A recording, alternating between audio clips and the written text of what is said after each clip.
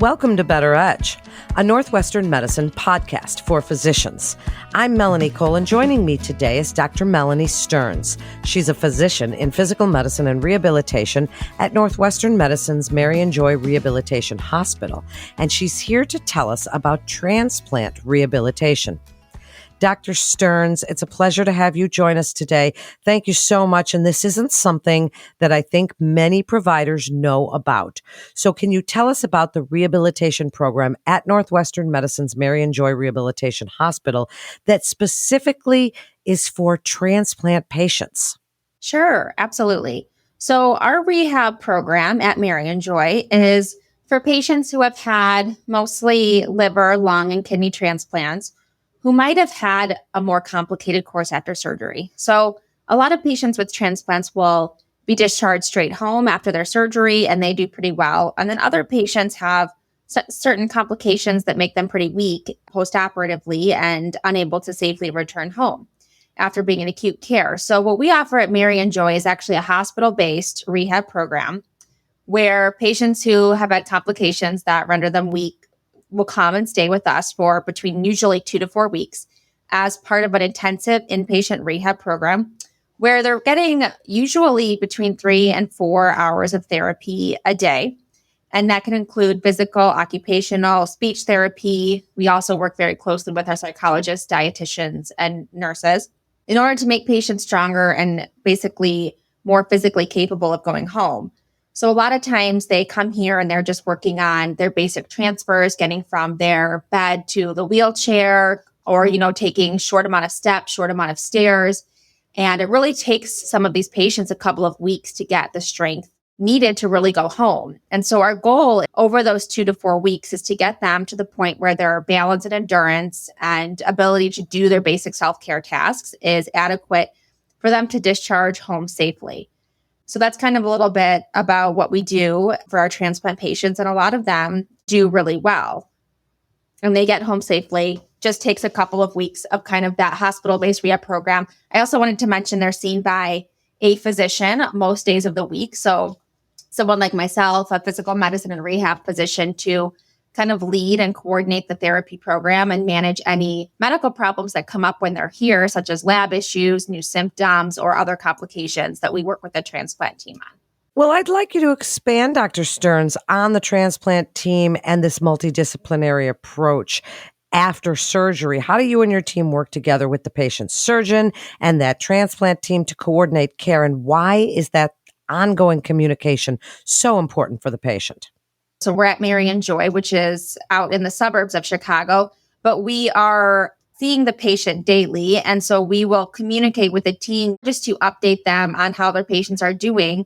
And then also update them with lab values, such as their immunosuppressant level medications that are frequently requiring a lot of titration in the postoperative period. So it's really important. I would say we're in communication with their transplant team several times a week, just because there's oftentimes a lot of follow-up testing and lab monitoring or other issues that come up.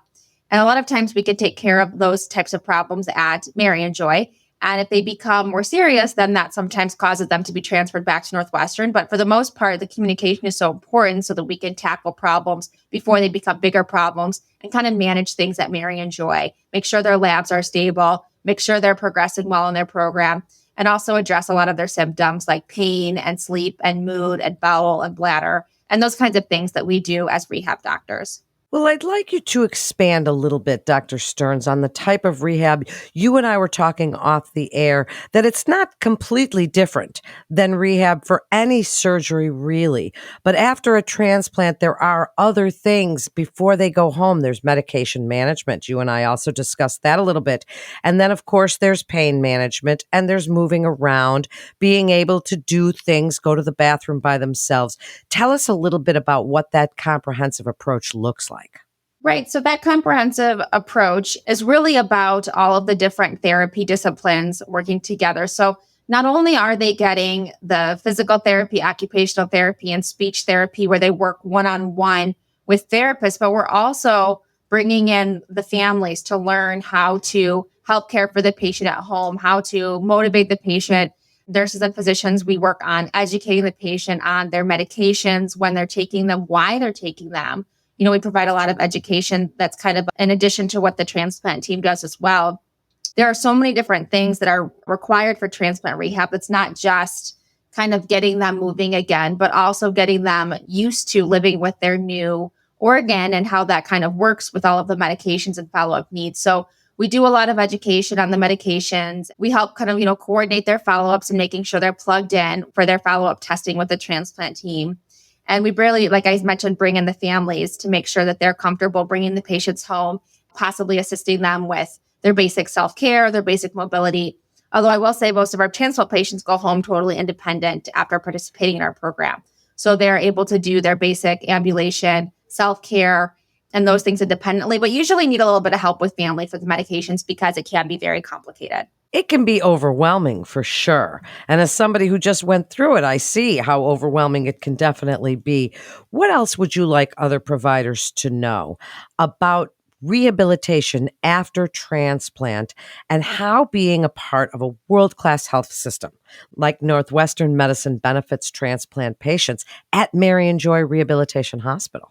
I think one thing that's good to know is that a place like Marianjoy takes care of a lot of patients with transplants. And there are not a lot of rehab centers that will take patients with transplants in the postoperative period, just partly because of the complexity of the rigorous medication monitoring and complicated follow-up care that's needed. And so I think being at Northwestern Medicine and Marianjoy is wonderful because we are so comfortable with taking these patients. I have a group of patients on my unit, and at any given time, we may have several new transplants at a time.